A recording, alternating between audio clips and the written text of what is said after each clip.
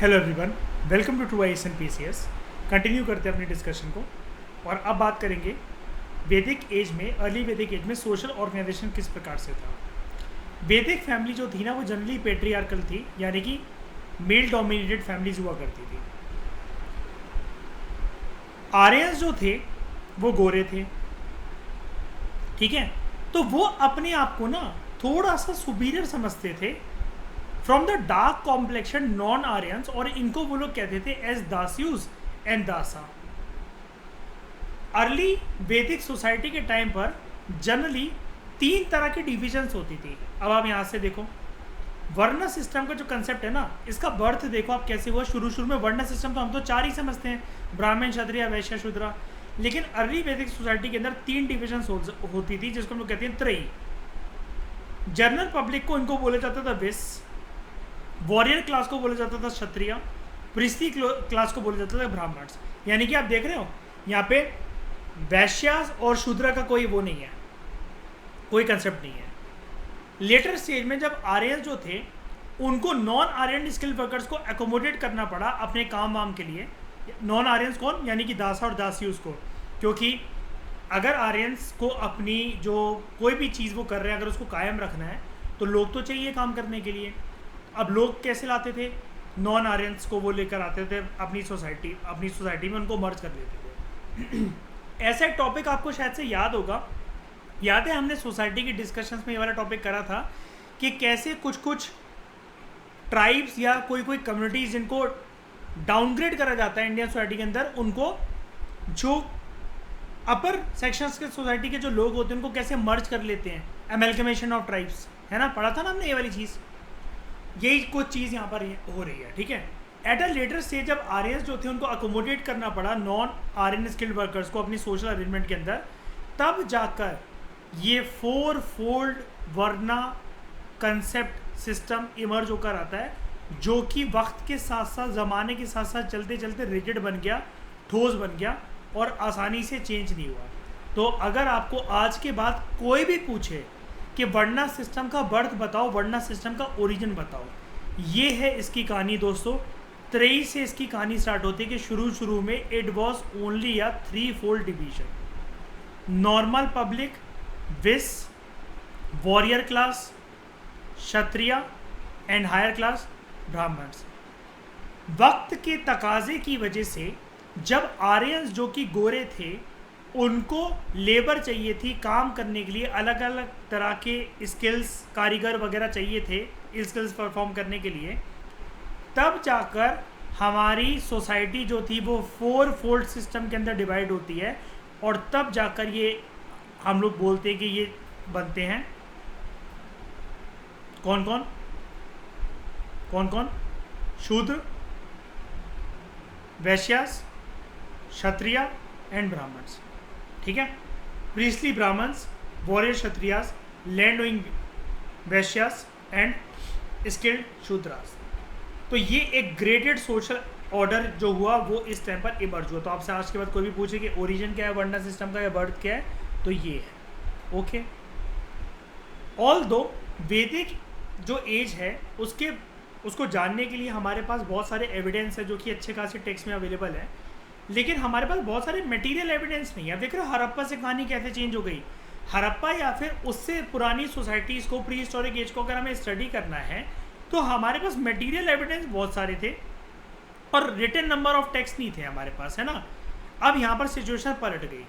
ये वाला क्वेश्चन बन सकता है वैसे आपको जाके, क्योंकि पर्सन इसको आराम से एलिमिनेट कर देगा ये सोचते हुए कि वक्त तो आगे चला गया है, तो यहाँ पर मटेरियल एविडेंस ऐसे कैसे हो सकता है कि नहीं, ऐसा नहीं होता हमेशा, ये लॉजिक काम नहीं आएगा। यहाँ पर कोई मटेरियल एविडेंस आपको देखने को बहुत कम, मतलब बहुत कम क्वांटिटी में आपको मिलते हैं, ठीक है। उसके बाद स्टेटस ऑफ विमेन, औरतों की दशा को समझते हैं हम लोग। ऋग्वैदिक, अर्ली वैदिक सोसाइटी के अंदर औरतें जो थी वो फ्रीडम एंजॉय करती थी। इसको अपने विमेन के चिट्ठे में ऐड कर लेना। घर की बीवी को लक्ष्मी समझा जाता था, ठीक है, इज्जत दी जाती थी उसे। अपने हस्बैंड के साथ घर पर कोई भी हवन यज्ञ वगैरह, कोई भी रिचुअल सेरेमनी परफॉर्मेंस वगैरह चल रही है तो कदम से कदम मिलाकर उसका योगदान होता था, उसे नीचा नहीं समझा जाता था। चाइल्ड मैरिज और सती इस टाइम पर प्रैक्टिस ही नहीं करी जाती थी। यहाँ पर हमें पता ही नहीं है कि इस टाइम पर प्रैक्टिस थी कि नहीं थी, मतलब पता ही नहीं कि मतलब ये वाली बात मैं ये नहीं कह रहा कि एविडेंस नहीं है, नहीं, यानी कि होता ही नहीं था। विधवा औरतें दोबारा शादी कर सकती थी, इस पर कोई बंदिशें नहीं थी, कोई पाबंदियाँ नहीं थी, आराम से शादी कर सकती थी। लेकिन फिर भी कुछ राइट्स वीमेन को यहाँ पर डिनाई करे जाते थे कि बाप की प्रॉपर्टी में भाइयों को ही ज़्यादा शेयर मिलता था और इनको कभी कभार डिनाई कर दी जाती थी। और घर के बाहर पब्लिक अफेयर्स में इनका कोई योगदान नहीं था, यानी कि अगर कल को ये सोचे कि हम सभा या समिति के मेंबर बनना चाहते हैं तो वो चीज़ नहीं, ठीक है, ऑलमोस्ट नो रोल। अब क्या होता है, लेकिन कुल मिलाकर हम ये देख रहे हैं कि अर्ली वैदिक सोसाइटी के अंदर औरतों की दिशा और दशा सही तरीके से जा रही है। चीज़ें बिगड़ती हैं लेटर वैदिक पीरियड टाइम पर। जो रोल था औरतों का समाज के अंदर एज वेल एज उनका जो स्टेटस था अपने खुद के परिवार के अंदर, वो डिक्लाइन होता हुआ चला गया। अब यहाँ पर औरतें जो थी वो रिचुअल्स परफॉर्म नहीं कर पाती थी फैमिली के अंदर। मैरिज के रूल्स बहुत ज़्यादा कॉम्प्लेक्स और रिजिड हो गए। पॉलीगैमी जो था वो कॉमन हो गया। अब बताओ मुझे तरह पॉलीगैमी क्या होता है सोसाइटी में, आपको सारी चीज़ें मैं पढ़ा चुका हूँ, पॉली एंट्री, पॉलीजाइनी, पॉलीगैमी। क्या होता है पॉलीगैमी? किसकी? मैन की। हाँ, जब मर्द ज़्यादा शादियाँ कर सके और औरत नहीं कर सकती, ठीक है। तो यानी कि एक तरीके से साइकोलॉजिकल डिप्रेशन है एक तरीके से इनके लिए ये वाली चीज़ पॉलीगैमी, क्योंकि ये देखना कि इनका हस्बैंड किसी और के साथ क्वालिटी टाइम स्पेंड कर रहा है, वो भी एक ही घर एक ही छत के नीचे, तो ये टफ होता है औरतों के लिए, ठीक है। हर किसी में दीपांग की वाइफ वाली अंडरस्टैंडिंग नहीं हो सकती ना। तो विडो री मैरिज वॉज नॉट इनकरेज्ड। यहाँ पर विधवाओं की दोबारा शादी वगैरह जो थी वो रोक दी गई। And education was denied to women, और इंटरकास्ट मैरिजेस जो थी ये भी नहीं होती। तो लेटर वैदिक पीरियड के टाइम पे ही औरतों की सारी स्थिति बदली। ये सिर्फ छोटे छोटे पहलू हैं दोस्तों जो हम यहाँ पर डिस्कस कर रहे हैं। इसको ब्रॉडर वे में, बहुत इलेबोरेट वे में अभी हमारा लेवल बढ़ने तो हम उसको डिस्कस करेंगे। इकोनॉमिक लाइफ, आर्थिक व्यवस्था कैसी थी, इकोनॉमी जो थी वैदिक पीरियड के टाइम पर वो कैसे चल रही थी। यहाँ पर कॉम्बिनेशन हमें देखने को मिलता है, लोग खेतीबाड़ी भी करते थे और अपने उनके पास गाय भैंस भेड़ बकरियाँ जो थी उनको चरवाने लेकर भी जाते थे। दो जो ऑक्यूपेशन था ऋग्वेदिक आर्यंस का, जैसा कि हमने शुरू में पढ़ा था इस चैप्टर में, वो कैटल रेयरिंग था। लेकिन और कौन कौन से प्रोफेशन हमें देखने को मिलते हैं वैदिक लाइफ में?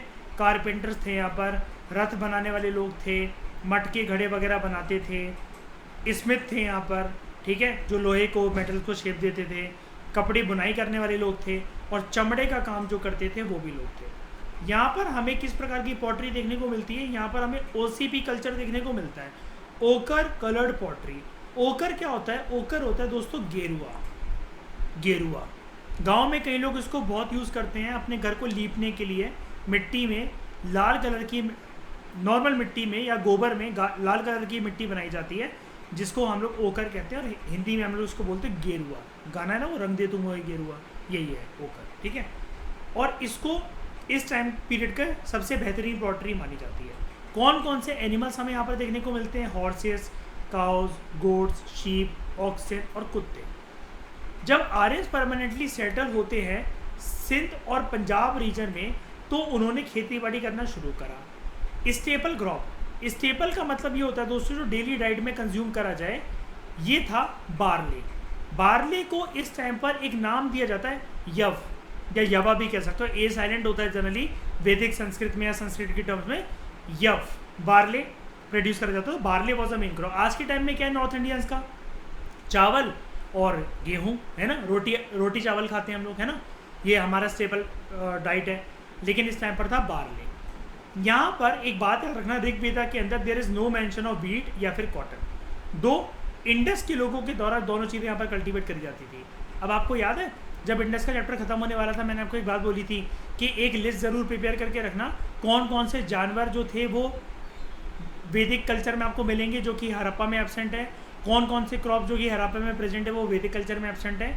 और मैंने आपको ये भी बताया था कि ऐसा लॉजिक मत लगाना कि वक्त आगे बढ़ रहा तो ये तो डेफिनेटली मिलेगा ही ना, ऐसा ज़रूरी नहीं होता। एक बात बताओ, अगर ऐसा ज़रूरी होता तो हड़प्पन कल्चर तो अर्बनाइजेशन के एपेक्स पॉइंट पे था, इससे ज़्यादा ही महल और राजपाट गद्दियाँ बननी चाहिए थी ना वैदिक एज में, लेकिन ये दोबारा रूरल सोसाइटी कैसे बन गई? तो वही वक्त का तकाजा है, इसलिए थोड़ा सा तो पढ़ना पड़ेगा, हर जगह लॉजिक काम नहीं आता। दो क्रॉप्स जो थे एक साल के अंदर वो एक फील्ड के अंदर उगाए जाते थे, यानी कि आप इसको क्या कह सकते हो, मल्टीपल क्रॉपिंग वॉज प्रैक्टिस्ड है। मल्टीपल क्रॉपिंग सिस्टम यहाँ पर था,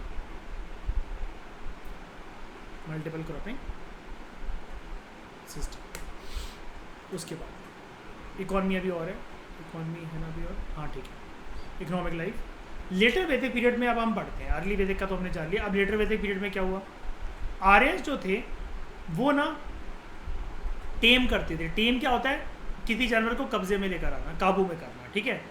एलिफेंट को, apart from cows, goat, sheep, इनका पशुपालन करते थे, और घोड़े को भी टेम करते थे। अब जो ध्यान से सुनना मेरी बात, अर्ली वैदिक पीरियड की जो क्राफ्टमैनशिप थी ना, अर्ली वैदिक की पीरियड की क्राफ्टमैनशिप कौन सी, कारपेंटर्स, रथ बनाने वाले, potters, smith, weavers, leather workers, ये जो 6 लोग थे ना, लेटर वैदिक पीरियड में ये 6 प्रोफेशन हमें देखने को मिलते हैं। इसके अलावा 3 और आ गए थे यहाँ पर, क्या, ज्वेलर्स, डायर्स और स्मेल्टर। क्वेश्चन बन सकता है इससे कि 3 प्रोफेशन बताओ जो कि लेटर वैदिक पीरियड में मिलते थे लेकिन अर्ली वैदिक पीरियड में नहीं मिलते थे। और अगला क्वेश्चन ये बन सकता है कि अर्ली वैदिक पीरियड के अंदर कौन सी पॉटरी यूज होती थी, पॉटरी कल्चर था, और लेटर वैदिक पीरियड के अंदर कौन सा, उधर क्या था, ओसीपी, ओकर कलर्ड पॉटरी, यहाँ पर painted grey ware pottery, painted grey ware culture या फिर पॉटरी। लोहे को पिघलाकर, गोल्ड को पिघलाकर या कुछ भी करके उसको, या तो ईंटों में भी उसकी बिस्किट बनाना है, ज्वेलरी बनाना, पिघलाकर किसी लोहे को, मेटल को शेप देना, पिघलाकर पूरा, जो लावा की तरह रेड हॉट नहीं चमकता है वो स्मेल्टर्स होता है, ठीक है। Use of iron blower axe जो थी to put more areas of land, मतलब ये आयरन ब्लोअर एक्स का यूज़ करा जाता था ताकि ज़्यादा से ज़्यादा एरिया को कल्टीवेशन के अंडर लाया जा सके। जो क्रॉप्स थे जैसे वीट, राइस, बार्ले, ये कल्टीवेट होने लगे। ये याद रखना, सब कुछ हम लेटर वैदिक का पढ़ रहे हैं। जैसे ही एग्रीकल्चर बूम करता है तो idea of private possession of land, कि प्राइवेटली ओन करा जाए इसको विदाउट एनी एक्सटर्नल कंट्रोल, ये आइडिया आता है इस टाइम पर, प्रोमिनेंस में आता है। और नए क्राफ्ट्स और आर्ट्स डेवलप होते हैं जिसकी वजह से कमोडिटीज़ की सरप्लस ऐसे बढ़ती है कि ये लोग बेचने भी लगते हैं इंडियन सबकॉन्टिनेंट के लेटर वैदिक पीरियड के टाइम पर। ट्रेड जो था बहुत एक्सटेंसिव बन गया इस टाइम पर। लेकिन ट्रेड कैसे होता था, बार्टर सिस्टम जो था यहाँ पर प्रेवलेंट था, exchange of goods against goods. तो ये लोग यूज़ क्या करते थे, क्या कुछ सिक्के थे क्या, जी हाँ। अगर हाई लेवल का बिजनेस ट्रांजेक्शन्स होता था यहाँ के ट्रेडर्स और दूसरे अन्य व्यापारियों के बीच में, तो बेसिकली 3 तरह के सिक्के यूज होते थे, निशक, सतमान, सतमान थे सोने के सिक्के, और कृष्णाल, सिल्वर कॉइन्स। अब मैं इसको कैसे याद करता हूँ, जो कृष्णाल है ना, कृष्णाल को याद करने का तरीका है, कृष्ण जी काले, सिल्वर जंग लग जाएगी काइंड ऑफ, और वो काला बन जाएगा। लॉजिक इस तरह के याद करने का, क्योंकि ऐसे तो फिर बहुत सारी टर्म्स होती हैं। अच्छा बच्चा बन के अगर याद करने जाओ फिर तो यार एग्जाम क्लियर ही नहीं होगा, ठीक है। अब अगर हम लोग बात करें कौन कौन से मेटल्स ऋग्वेदिक लोगों को पता थे, यानी कि इसको ये वाली बात यहाँ पर करनी चाहिए थी, लेकिन ये वाली बात हमने लेटर वैदिक पीरियड के अंदर करी है कि लेटर वैदिक पीरियड के अंदर निशक, सतमान और कृष्णाल यूज हो रहे हैं। तो ये लोग फैमिलियर थे गोल्ड से। तो ऋग्वेदिक अर्ली वैदिक पीरियड के अंदर जिसको हिरण्य बोला जा रहा है, गोल्ड, ठीक है, लेटर वैदिक पीरियड के अंदर उसका नाम हो जाता है सतमान। जिसको बोला जा रहा है यहाँ पर श्याम, आयरन, इसलिए मैंने कृष्ण का लॉजिक में अभी बताता हूँ क्यों। श्याम का नाम चेंज हो गया कृष्णाल, बात तो एक ही है, श्याम बोल लो कृष्णाल बोल लो, कृष्ण जी के ही नाम है। और कॉपर और ब्रॉन्ज जो थे यहाँ पर यूज होते थे आयस, ठीक है, आयस, और ये है यहाँ पर निशक, ठीक है। नाम भी चेंज हो गए, ये वाली बात याद रखना। धर्म की बात करते हैं। ऋग्वेदिक जो आर्यंस थे वो ज़्यादातर अर्थली और सेलेस्टियल गॉड्स को मतलब पूजते थे। पृथ्वी, अर्थ, Agni, fire, Vayu, wind, Varun, rain, Indra, thunder. There were also lesser female deities like, कम मात्रा में पूजी जाती थी लेकिन पूजी जरूर जाती थी, Aditi, goddess of eternity, and Usha, appearance of dawn, सुबह लेकर आने वाली। इनका जो रिलीजन था इस टाइम पर, ज़्यादातर ये लोग क्या करते थे, ये लोग हवन यज्ञ वगैरह करने में ज़्यादा बिलीव करते थे। मोड ऑफ प्रेयर क्या था? अब ऋग्वेदिक कल्चर है तो ऋग्वेदिक में आपको पता है कि भगवान के प्रेज में हाइम्स बोली जाती हैं, ठीक है, वैदिक हाइम्स बोली जाती थी। लोग जो थे प्रेयर किसके लिए करते थे? किसके? कुछ तो मांगते होंगे ना भगवान से पूजा पाठ में। तो they prayer for the welfare of the praja, बच्चे, पशु, गाय भैंस भेड़ बकरियां, और धन इनकी वेल्थ। वेल्थ इनका क्या गेन? जो खेती बाड़ी या फिर जो इनके गाय भैंस भेड़ बकरियां, वो इनके लिए वेल्थ है। गाय को इस टाइम से पवित्र एनिमल माना जाने लगा, ये वाली बात याद रखना। यहाँ पर लेकिन कोई मंदिर नहीं थे पूजा पाठ करने के लिए। आइडल वर्शिप अभी भी एग्जिस्टेंस में नहीं आई थी कि मूर्ति पूजन का कंसेप्ट यहाँ पर नहीं आया था। लेटर ऑन, ये ना लेटर ऑन लिखा हुआ है, लेटर ऑन, प्रीस्टहुड जो था वो एक प्रोफेशन बनकर हेरिडिटरी बन गया। यानी कि अगर एक पुजारी राजा क्या पूजा पाठ हवन करवाने जा रहा है तो ये एक अच्छा प्रोफेशन बन गया और हेरिडिटरी बन गया कि मेरा बेटा ही पुजारी बनेगा मेरे बाद। नए नए गॉड जो थे ये नॉन आर्यन से अडॉप्ट करेगा, यानी कि जो आर्यंस जो लोग थे, हमने ऊपर पढ़ा कौन कौन से गॉड्स एंड देवी देवता को मानते थे, नॉन आर्यन से भी इन्होंने कुछ कुछ को पूछना शुरू करा। इंद्र और अग्नि जो कि अर्ली वैदिक पीरियड के टाइम पर सब बहुत ज़्यादा पूजे जाने वाले जो देवी देवता थे, इनकी प्रोमिनेंस, इनकी इंपॉर्टेंस कम हो जाती है। Prajapati the creator, Vishnu the protector and Rudra the destroyer, Brahma Vishnu Mahesh ये प्रोमिनेंट बन गए और सेक्रीफाइस एंड रिचुअल ज़्यादा इलेबोरेट बन गए और ज़्यादा पूजा पाठ के नियम स्ट्रिक्ट हो गए और ज़्यादा लोगों को बताया गया कि ऐसे पूजा करनी चाहिए, वैसे पूजा करनी चाहिए। यानी कि आज के टाइम में जो हमारी ज़िंदगी है वो ज़्यादातर रिफ्लेक्शन है ऋग्वेदिक लेटर वैदिक पीरियड का। ये वाली बात याद रखना, लेटर वैदिक पीरियड का, ठीक है। क्योंकि जैसा कि मैंने बताया भी था आपको एनसीईआरटी में जब आप इस चैप्टर को कर रहे थे, अग्नि और इंद्र शुरू में प्रोमिनेंट थे, लेकिन आज के टाइम में हम उनका नाम कहाँ सुनते हैं? तो ब्रह्मा विष्णु महेश, तो ये वाली बात तो सब लोग जानते हैं, ठीक है। लेकिन याद रखना उस टाइम पे विष्णु नहीं बोला गया और महेश नहीं बोला गया, प्रजापति बोला गया ब्रह्मा को, विष्णु को विष्णु ही, और रुद्र शिव जी को, यानी कि महेश नहीं बोला गया, उनको रुद्र बोला गया। उसके बाद बात करते हैं एजुकेशन सिस्टम की। गुरुकुल सिस्टम ऑफ एजुकेशन यहाँ पे यूज होता था, गुरु शिष्य परंपरा।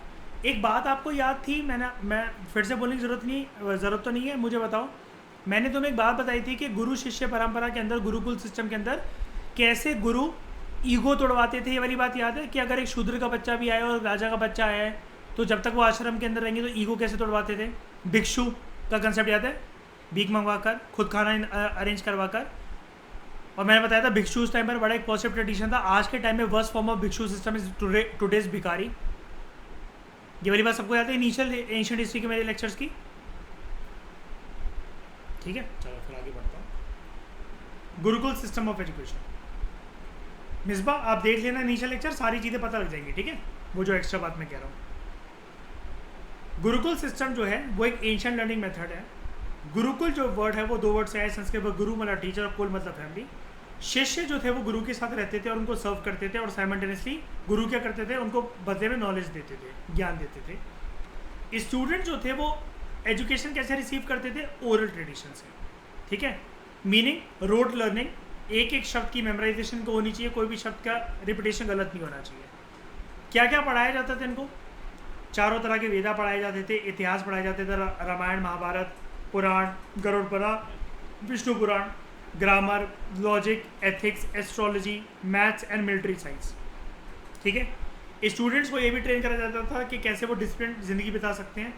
Only dwija could be shishya, no women could have formal education. उस टाइम पर जो अच्छे परिवार से बिलोंग करते थे उनको द्विज बोला जाता है, ठीक है। दे कुड बी शिष्य, कोई भी विमेन को अलाउ नहीं था फॉर्मल एजुकेशन अटेन कर। ये सब कुछ बातें औरतों के चिट्ठे में डाल लेना। एज बेस्ड आश्रम, जब लेटर वैदिक पीरियड खत्म होने वाला होता है तो ऐसा माना जाता है कि इंसान को अपनी ज़िंदगी ना चार अस्तित्व से, चार रास्तों से गुजारनी चाहिए। यानी कि इंसान की ज़िंदगी में चार इनिंग्स होनी चाहिए। इनको 4 स्टेजेस ऑफ लाइफ कहते हैं, 4 आश्रम कहते हैं। अब ये आश्रम जो है ना, आश्रम कुछ नहीं है। आप ये आश्रम वो वाला आश्रम में समझना जहाँ रुकने जाते हैं हम लोग, गुरुकुल वाला आश्रम। ये आश्रम क्या है? ये रूल्स ऑफ लाइफ है, जिंदगी के उसूल। कैसे? जब आप स्टूडेंट हो तो ब्रह्मचर्य की जिंदगी बिताओ, उसके बाद गृहस्थ जीवन बताओ, आप शादी करो, फिर आप जंगलों में चले जाओ मेडिटेशन करने, तो आप वानप्रस्थ का जीवन बिताओ। उसके बाद आप संसार में हर चीज़ की मोह, सुख, चैन, इन सब का साम दाम दंड भेद सब कुछ करके, छल कपट और बिल्कुल एक सारी काया छोड़कर आप संन्यास जीवन बिताओ, एक एस्थेटिक की लाइफ जियो, क्योंकि इसी से आपको मोक्ष या फिर स्वर्ग की प्राप्ति हो। इसको कहते हैं आश्रम, ब्रह्मचर्य, गृहस्थ, वानप्रस्थ एंड संन्यास। ठीक है, thank you very much for discussion. हमने नॉर्थ इंडिया में वैदिक कल्चर को कंप्लीट कर लिया। अब साउथ इंडिया में हमारा रह गया है मेगालिथिक कल्चर, जिसको हम नेक्स्ट लेक्चर से देखेंगे। Thank you very much.